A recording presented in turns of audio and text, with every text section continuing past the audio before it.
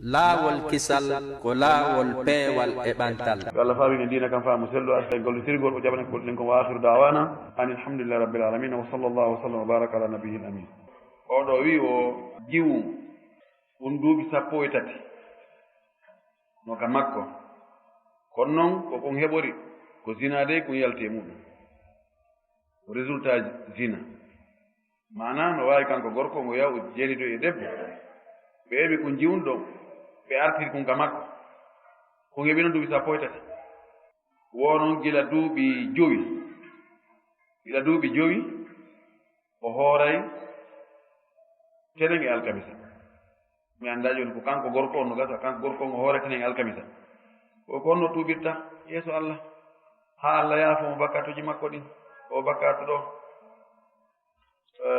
ɗon ɗo ko bone ko ɗum waggo zina ko ɗum boniri résultat on no kaani ha ko zina rimata kon no kaani heɓugol ɓiɗɗo mo tawata ala baaba mo fewtata o inna baaba en ka sharia ɓay on heɓin ɗo jiwo debbo on wona on woni baaba ɓiɗɗo on ka sharia few wi kala koye ndiyam makko o yataga no hawni no hersini ko gacce ko poyeran tawa ɓiɗɗo tawa ko puutoji ɗuuɗi wo ko ba e sukki wo kanko ala puutorno tigi to inna baaba en oɗo debbo defi oɗo ɓiɗɗo hersa e gacce o serta e muɗum ha yawmal qiyama hay so woni président de la république hay so woni honno milliardaire jo kafi baaba wowla o haray kanko redu makko ɗum taƴi hombo defimo ɗum nane makko joni noon oɗo waɗa ɗum ɗo bakkatu ko mawni wo ko mawni si on tigi tuubi o laɓɓini annuye o niisi o anndike o wattata o woɗɗitike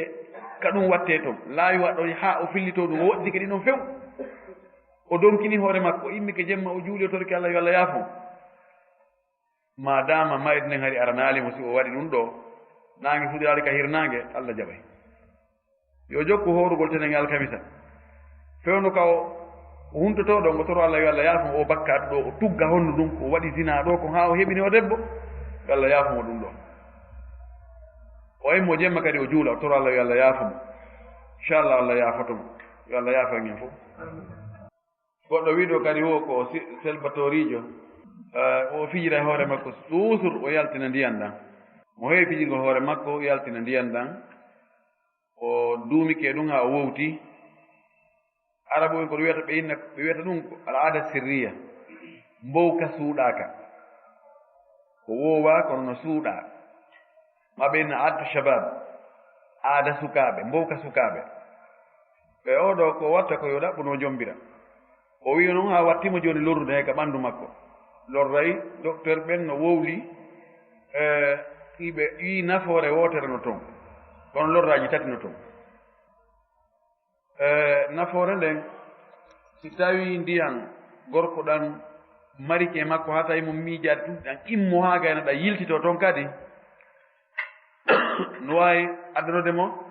woyten ko prostate no wawi addande mo on prostate ɓe wi no awa addi kadi nawnaje goɗɗe goo ɓe wi kono si on tigi woni e fijirgol hoore mum ɗum ɗon no jogii ella no gasa laatina e ɗaɗi ɗin fur et à mesure si on tigi jokkoyi laasina e ɗaɗi ɗin kadi wonoyay tawa hay so heɓoyi sonnaajo so wona ngol laawol ɗon o rewi o heɓata dakamme tigi tigi e sonnaajo makko on sina ngol ɗon laawol o rewi